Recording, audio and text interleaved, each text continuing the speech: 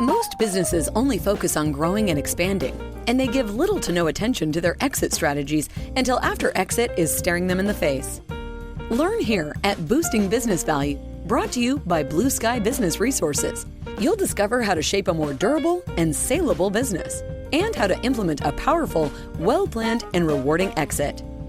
Join Dr. David Gruder and Jason Tuzinkewich as they deliver actionable tips for lower middle market company owners, executives, and their trusted advisors. Find out where your business currently stands, how you can meet your revenue objectives more reliably, and how to grow your venture to the next level, all with a smooth and fruitful exit in mind. Here are your hosts, Dr. David and Jason.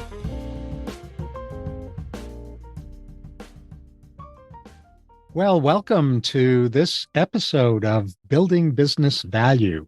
And in this episode, we're going to be doing the first of a three-part series on the three teams that business owners need in order to scale and ultimately exit their business. And those three teams are the Life After Ownership team, the Trusted Advisors team, and the Executive team. And that's the sequence in which we'll do this three-part series. So in this episode, we are going to be focusing on the Life After Ownership team. And if it's not clear to you at the front end what that team is about and who it includes, it will become very clear very shortly. But first, for those of you who are new to this show, I'm Dr. David Gruder, the Business Life Cycle Exit Planning and Post-Acquisition Psychologist for Blue Sky Business Resources. And with me is the wonderful, illustrious co-host, Jason Tuzinkewich, Blue Sky's Chief Operations Officer. Take it away, Jason. Great. It's great to be with you again, my friend. This is a great topic. I'm very excited about this three-part series. I think that we'll have a lot of fun discussing the elements of it, and hopefully our listeners will learn a lot. So getting right into it, we always like to start with the challenges that you have to face as you're embarking in the journey. And for us this time, it's embarking on the journey of preparing for life after ownership and building that team.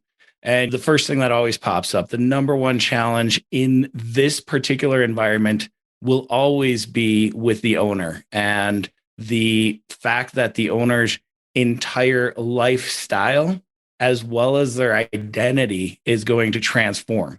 And as an owner, if you don't go into this transformation with a very clear picture of what you'd like to look like and feel like and be doing on the other side, it's going to be a really hard road for everybody involved. So that's the number one greatest challenge involved whenever we talk about life after ownership.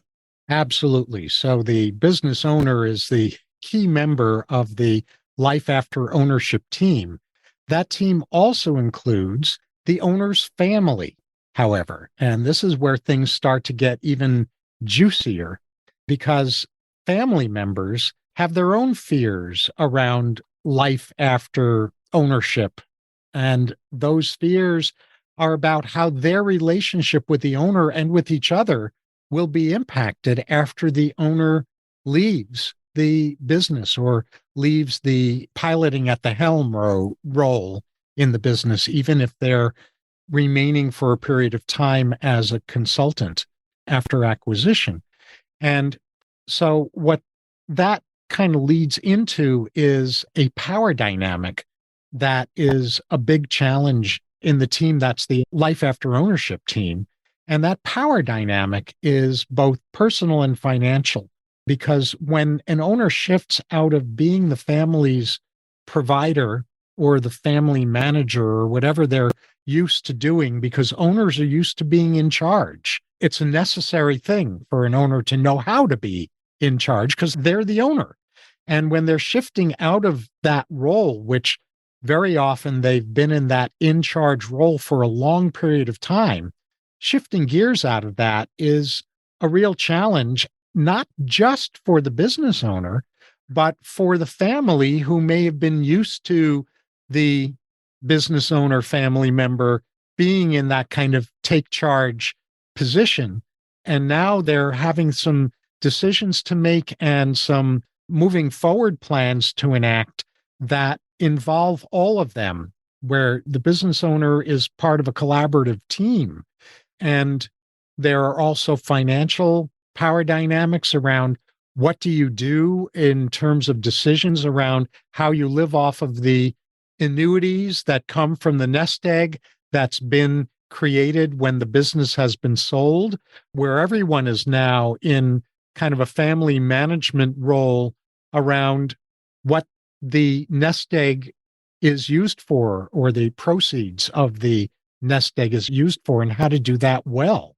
Yeah. And we can't understate how important this change in power dynamics is for the entire family. And that entire family doesn't have to just be the blood relatives, but it's all the people that are stakeholders in this group's life.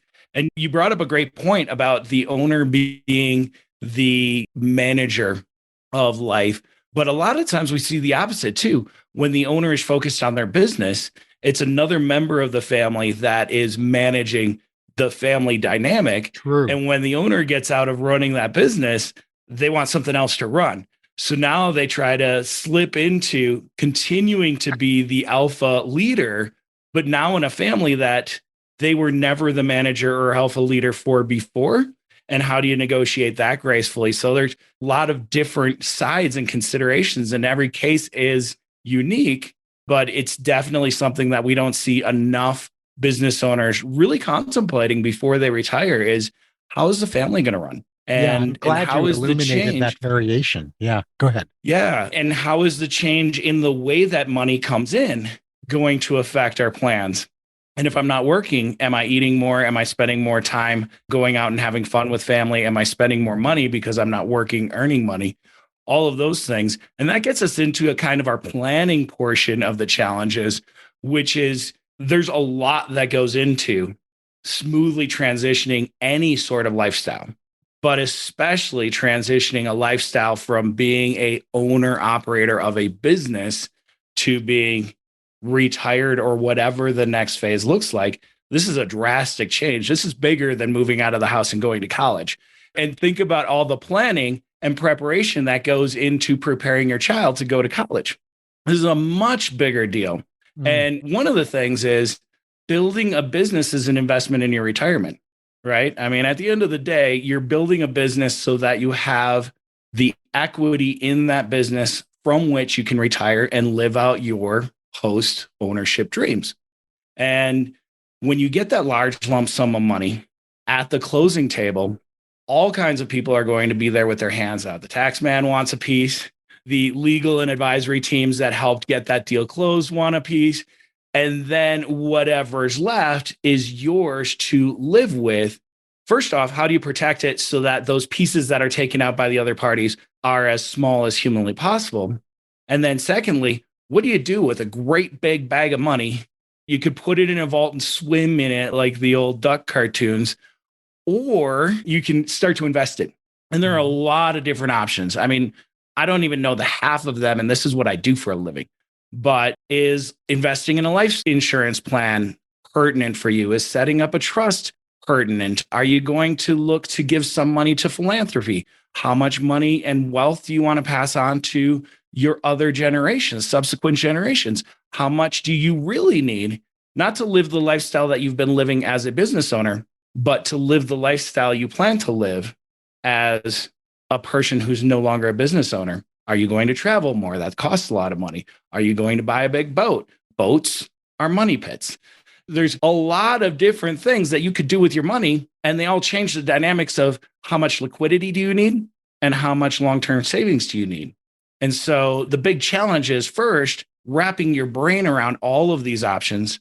And then secondly, starting to define which options are best for you and how you diversify your portfolio to satisfy your goals. Absolutely. And for those of you who are viewing or listening to this episode, if what Jason is talking about is somewhat new to you, you've undoubtedly heard the term wealth preservation and wealth management. And that's the broader category that Jason is so beautifully unpacking the particulars of. So thank you. And the interesting thing is that, like I said, this is part of what I do professionally. It's part of the world that you live in professionally. But your advisory team is going to be 6, 7, or more experts in different fields, depending on one, how big is that check that you're going to plan to get, and two, how diversified are your plans. And so this is where we really start getting into, there are experts that deal with trusts. There are experts that deal with insurance issues, especially financial management insurance issues. There are other wealth advisors that deal with the markets. So really starting to understand, once you know what you want, then we can start to determine what seats are there to fill with experts on your life after exit team. Indeed. And there are also financial master planning experts who are not the ones who you would buy your wealth preservation instruments through, but who will help you architect the master plan that identifies what the elements would be and therefore who the advisors will be. So Absolutely. Those are fiduciaries. Those are financial fiduciaries. Good. It's such a fun word to say. I know, isn't it? And Jason, you and I are big believers in the fiduciary standard around financial planning and financial management. That's a fact. It's so critical. Mm-hmm. So, in order to address these challenges, we're going to go a little deeper into what's involved in creating an effective life after ownership team and what's causing the challenges that we just outlined. So from the owner's perspective, if you're an owner, you know that you've built a large part of your identity, if you've been with your company and building it for a while, that you either by design or by momentum, you have ended up building a large part of your identity around your business and around being an executive, an owner, a decision maker, an alpha, as you were saying, Jason. And what we find, what Jason and I find that owners very often don't know is how to craft a truly invigorating, purpose-driven next life chapter after exiting the business.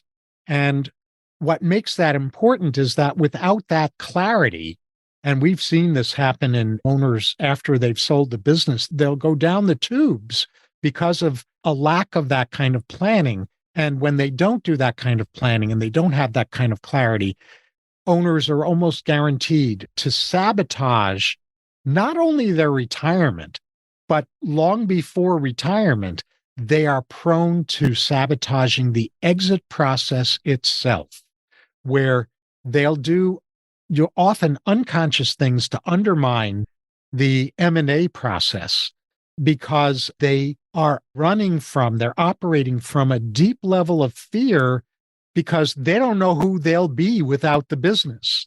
And so this is a crucial building block for paving the way, not only for a successful, unsabotaged exit process, but for enthusiastically stepping into a passion and purpose-driven life post-exit. Absolutely. I couldn't have said it better. And everybody needs a reason to get out of bed. And for a business owner, that business, their team, the vision of what they're building, that's been their reason to get out of bed for so long. And now they have to come up with a new reason. That's tough. And so for those of you who have been listening to our podcast, thank you very much.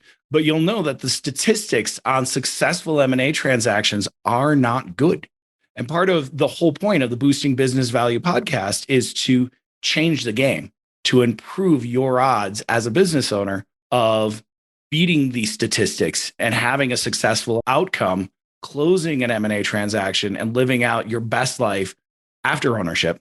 And so that's really important. But in those bad statistics, the number one reason M&A transactions fail is ownership sabotage. when they can't, whether or not they own this in their own mind or even verbally, whether they say it out loud, there's a part in the back of their brain that can't wrap their arms around not owning this business. And they start to find all the reasons why the buyer can't run it well, or they're going to kill the staff, or they're going to blah, blah, blah. They're going to poop all over my baby, and I'm not going to let them do that. So then you just kind of close ranks and kill the deal. So yeah, the ownership thing is a big deal. And it's something that is a continuing thread in everything that we talk about in M&A transactions and in boosting business value. But Well the family, said. thank you. The family, this is a piece that is so nuanced and so frequently neglected. But the reality is the family is going to play a huge role in achieving a successful transition. And one of the things that they don't understand at the onset is just how much the owner is going to need them in order to make this transition. The way that I see most family units and groups of close-knit friends that are stakeholders in a business owner's life is that they look at the business owner as somebody who is in charge. It's their livelihood to be in charge. Well, that's all changing. That's all changing in this life after ownership. And the family unit will be really critical in helping the owner find his or her new identity and craft that and shape it in a meaningful way. And I don't see too many families that truly embrace the power and the role that they can play in making this successful. And then there's also all of the other dynamic issues. In business, I always say, if you don't articulate your expectations, put them down in writing and mutually agree on them, then both parties will walk away feeling taken advantage of. It's not any different with families. Whether or not a child wants to take over a business of their parent, they still have some idea of what they're going to do with the value that that business represents. And so there are some entitlement issues that need to get out on the table. There are some expectations that the family will have, and they should have a voice not only as a supporting role in helping the owner transition, but they should have a voice in defining what that transition looks like so that everybody involved, they're stakeholders for a reason. And that stake needs to be recognized and accredited through discussion. And so that's something that I don't think a lot of families understand. And this is, to borrow some words from the great Dr. Gruder, this is audacious planning. This is higher level conversation that has to happen in order to make it a smooth transition and successful for everyone involved. Oh, yes, absolutely. So important. And just to underline one of the pieces that you were describing so well, there's an old saying that we're only as sick as our secrets. Well, families are only as sick as their secrets. And the most insidious secrets are the type of secrets that are actually called, they have a term. The term is called an open secret. And what an open secret is the elephant in the room that everyone knows is there, but nobody's talking about, nobody's addressing directly. They're murmuring behind each other's backs about that. So everyone knows about the secret, but nobody's dealing with it straightforwardly head on. And the biggest challenge to creating a fully functional, healthy, thriving team in the life after ownership team is ferreting out every one of those elephants in the room and dealing with them in a very direct, compassionate, I don't mean clobbering each other over the head, but non-avoidant way. And so what that leads to is the planning piece of these three pieces that we're focusing on in this episode: the owner, the family, and the planning. And so on the planning level, the decision needs to be made about who is going to be the life after exit team's strategic and tactical advisors and facilitators. And there are a wide range to choose from. As Jason said before, this isn't a cookie cutter kind of thing. These decisions are made in a customized family by family kind of way, but there have to be decisions made about the team, both strategic advisors and tactical advisors, and oftentimes a facilitator as well, to help these difficult discussions among the family to happen in good ways. And along those lines, the lines of planning, the question that needs to be addressed is, what can you reasonably expect to accomplish as a team, as the family team? Business owner might know some of the tactical pieces, but outcome mapping and long-term master planning is off the map of most business owners and virtually all family teams, post-exit teams. So that kind of master planning expertise is going to become a cornerstone of the kind of expertise that your team is going to use. And where that becomes even more important is with legacy and cross-generational wealth transmission planning. There's master planning is building long-term plans for a business or for the transmission of intergenerational wealth. I'm trained in master planning where you're building 50 to 100-year plans, ideally out of which the near-term strategic plan grows for businesses. But there are financial services professionals who literally build 100 to 300 year master plans for the transmission of intergenerational wealth. So that's something to be aware of, that those experts exist, and that when you're talking about a sizable amount of wealth that's going to end up getting transmitted from one generation to the next, there needs to be a master planning expert, a financial master planning expert as part of that planning team. And then the last piece of the planning part that we want to touch on is, how will your business become valuable enough as the owner to support whatever your life after exit team's goals turn out to be? So that means that you're not waiting until the last minute to assemble your life after exit team, because your life after exit team's goals are going to inform how valuable or how much your business needs to scale in order to meet your and your family's goals. So this leads into the trusted advisor team assembly, which, as we said at the top of this episode, we'll cover in part 2 of this 3-part teams series. So we'll cover that trusted advisor team in the next episode.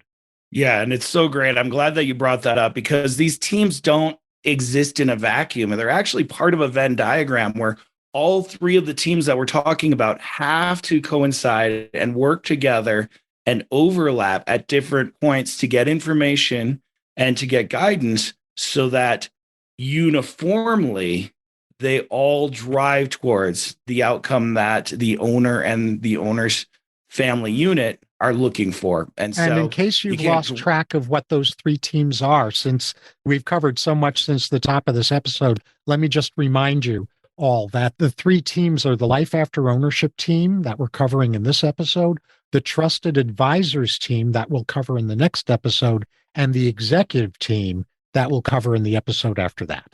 Yeah, absolutely. Thanks for bringing that back around for us. Mm-hmm. It's so important. And you touched on the point about this life after exit team can't be formed after the sale of the business. This is a team that needs to exist for a while, because again, at the end of the day, they're the ones who define the destination, right? This is the team that defines the great beyond after ownership. And the other teams that we'll be talking about are the ones that make that possible. So you can't make something possible if you don't know what you're driving towards. Yes. And so it's really important that there's overlap in time as well as in talent on these teams. And I think that's going to allow us to kind of segue into what we're looking for in a solution and what the roadmap to success looks like. So, Doctor, will you give us step 1 on that? Absolutely. We've got 3 steps that we want to offer to you. And Jason, you've already done a magnificent job of setting up the first step, which is for the life after exit team, meaning you as the owner and your family.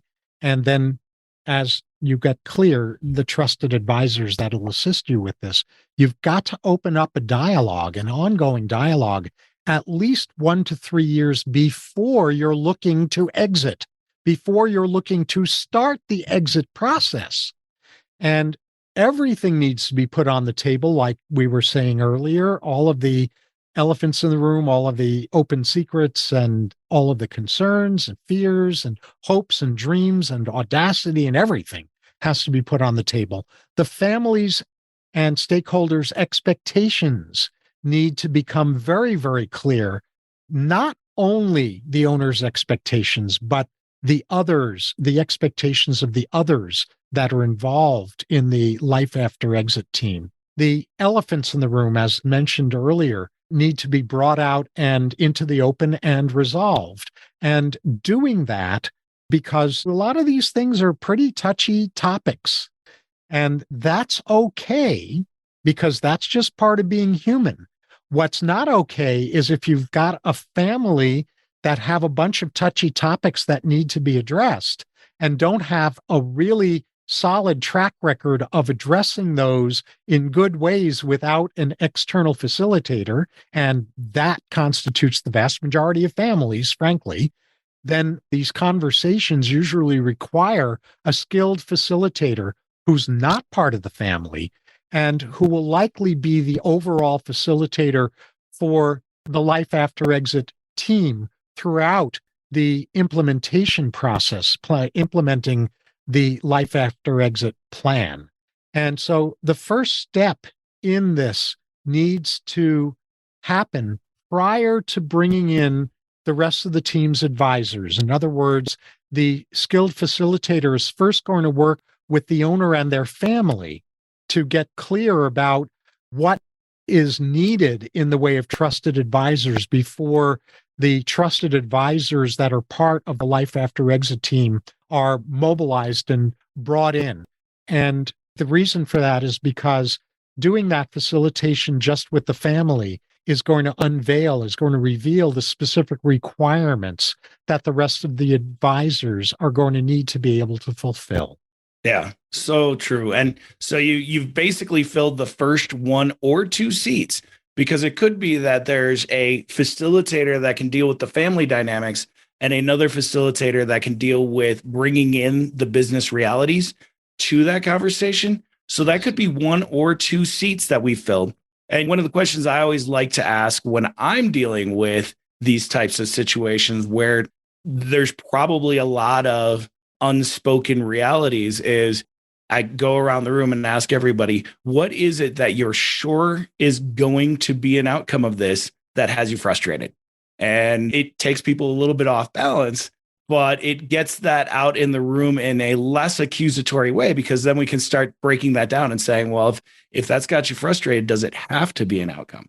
And so getting those conversations open and getting those to happen, so important. And then the next step, once you've got all that information, once you've defined a great outcome, you can start talking about what will it take to achieve that outcome. And that's where you can bring in the other advisors and build out your team depending on the specific needs, what it takes to achieve the outcome. And so that's step 2, is start to identify, select, and build out your advisory team. Do you need a trust attorney? Or do you need a trustee? It's more of a financial advisor role. Do you need an insurance person? Do you need a wealth manager that does generational planning? Do you need a liaison to the philanthropic world? All of those different things may or may not be members of your life after ownership team, but only after you've defined what that looks like can you start to determine how many chairs are there going to be at this table and who's sitting in each one. Mm-hmm. And Jason, I would be a co-facilitator in assembling that initial family team with you any day of the week. That'd be fun. I know. Absolutely. And so step 3 is once you've got the plan put together and the advisory team identified and selected, then what you're going to be doing from there forward through time is monitoring inadvertent sabotage of the sale by the owner, because it's usually inadvertent, it's usually unconscious when it happens. Inadvertent sabotage by family members, inadvertent sabotage of the sale by the executive team. And the purpose of monitoring that inadvertent, unintended sabotage is to spot it early and clean it up quickly so it doesn't have a chance to turn into damage that you have to do a bunch of damage control and retracing steps in order to clean up. Yeah, and step 3 really serves a dual role. On one hand, it's the requirement of any good strategic implementation, right? But the other part of it that is unsaid but equally important is giving this process KPIs, giving this process metrics to track, puts the owner back in the comfort zone. And so it makes that transition a little less scary when the owner gets to manage something in a way that they probably manage their business. So it serves a dual purpose and it's really helpful. With that said, I can't believe we've covered all this ground and we've already blown a half hour. So Dr. G, let's take it away. Bring it home for us with the first of the key takeaways. Sure. So the first takeaway is exiting a business is a far more emotionally challenging process for all involved than most people realize. Reach. Can I hear a hallelujah? Yeah, you can't, it's funny because until you've gone through it, you have no idea, but it is the most emotionally charged event that a business owner will probably ever experience. And then following up that emotion, there are really significant financial, personal, and familial consequences to failing to plan effectively. I mean, just the fact that if you don't plan for the cash at closing to be tax mitigated in an appropriate way, you're likely to give up 50% of the cash at closing right off the bat. That's a big deal. But it gets worse because there are people involved. And as we said, there's a lot of emotion here. I've seen families fall apart because of a bad or failure to plan for what life after an exit looks like. I've seen children disenfranchised from their family because they weren't heard and their expectations were not met. And then it causes turmoil. I've seen owners not only have extreme seller's remorse and this almost zombie-like state of not feeling like they have an identity, but I've seen this precipitate major health consequences up to and including early death because there wasn't that purpose anymore. So the consequences of failure to plan are extraordinary, and it's not just going to hit your pocketbook. It's going to hit your people. Spot on. That deserves another preach it. And the next takeaway is doing this well, really being a high functioning, highly effective, and highly collaborative life after exit team requires outstanding facilitation or co-facilitation between a people expert, a psychologist type expert, and a logistics financial expert. And so remember that if you try to do this by yourselves as an owner and a family and you get log jammed, don't spend a moment feeling guilty or feeling ashamed or feeling like a failure. Just know that if you get log jammed, you are in the majority rather than in the minority. And instead of bemoaning that fact or trying to fix it on your own, get the required outstanding facilitation. Absolutely. And wrapping all of these things up and putting a nice little bow on it is just reinforcing the fact this takes courage. This is hard work. And every single member of the team will have to support the other members of the team at some point or another. But the fact that it's hard in many ways is proof positive that it's worth doing. And so eat your Wheaties, give yourself a good talking to in the mirror, and then let's go get this team going and make the right plans. Indeed. And so our invitation to you has to do with the next episode in part 2 of this 3-part series. The team we'll focus on is your advisory team. So stay tuned for that episode. I can't wait. And with that, on behalf of Dr. Gruder and myself, I want to thank you so much for joining us for this episode. Hope you had as much fun as we did. And please feel free to use the comments section in the podcast, subscribe so that you don't miss an episode. And we look forward to hearing from you because it's your feedback that's going to shape the future of boosting business value. On that note, thank you very much, and we wish you a good day.